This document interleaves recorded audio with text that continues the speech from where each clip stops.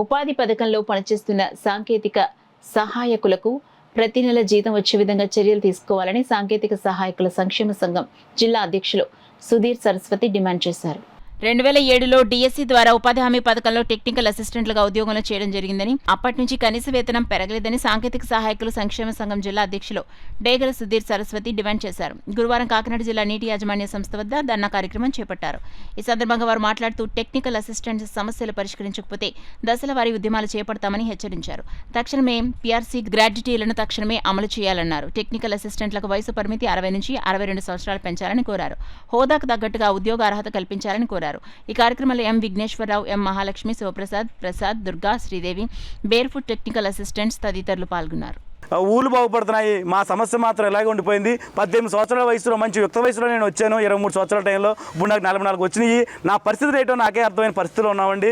కానీ మరి deputy CM Pawan Kalyan గారు పిఆర్ డిపార్ట్మెంట్కి ఎంతో మేలులు చేశారు. అలాగే కూడా ఆయన దయ, ఆయన కనికరం మా మీద పడాలని, మమ్మల్ని గుర్తించాలని, ఉపాధి హామీ పథకం జరిగే మేలులు మేము ఎన్నో చేస్తామన్న ఆ మాట ఆయనకు కూడా తెలియాలని ఈ మీడియా ద్వారా మేము తెలియజేసుకుంటున్నాం సార్. నిజంగా చెప్పాలంటే ఉపాధి హామీ పథకంలో ఉన్న మెటీరియల్ ఒక పిఆర్ జేఈ గారు కానీ ఒక మండలంలో ఎవరైతే ఏమైనా వర్క్ చేస్తున్నారంటే అది కేవలం ఉపాధి హామీ పథకం నిధులేనండి, వేరే నిధులు ఏం లేవు. వాళ్ళ మండలాల్లో ఒక మండల బడ్జెట్ తప్పించి మిగతా బడ్జెట్ అంతా కూడా ఓన్లీ ఉపాధి పనుల మీద చేస్తున్నారు. అలాంటిది మా టెక్నికల్ అసిస్టెంట్లు అంటే మీకు అందరికీ ఇంకా తెలియజెప్పాలంటే ఒక ఉపాధి హామీ పథకంలో చేస్తున్న లబ్ధిదారుడికి ప్రతి రూపాయి ఇచ్చేది ఆ టెక్నికల్ అసిస్టెంట్ చేతి రూపాయలు వెళ్తుంది. కానీ ఇందులో అందరికీ జీతాలు కూడా ఇంకో సమస్య వచ్చిందంటే మమ్మల్ని ఇందులో మెటీరియల్ రూపాయలు కొంతని, అడ్మిన్లో కొంతని పెట్టారు.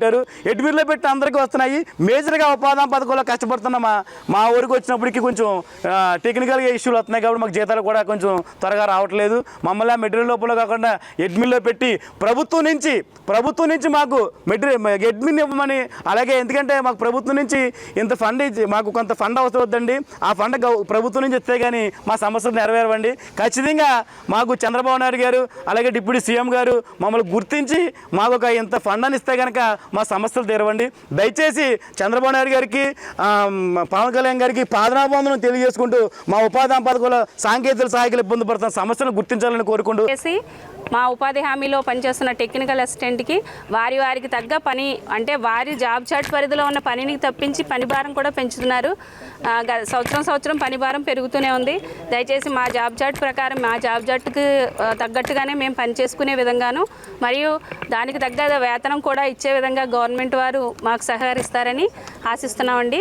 గౌరవ ముఖ్యమంత్రి వర్యుల వారికి కూడా తెలియజేసే విన్నపం, మాకు మెడికల్కి సంబంధించి కూడా మెడికల్ రియంబర్స్మెంట్ కూడా లేదండి. తర్వాత ఇంకొకటి అందరికీ 62 సంవత్సరాలకి ఉద్యోగాన్ని సడలింపు ఉంటే మాకు మాత్రం ఇంకా తక్కువగానే ఉంది, 58 ఏళ్ళకే ఉంది.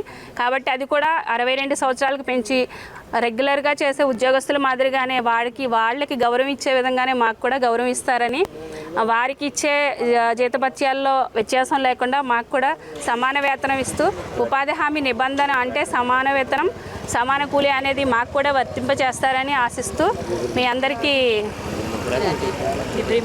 గ్రాడ్యుటీ కూడా ఇవ్వాలని కోరుకుంటున్నామండి.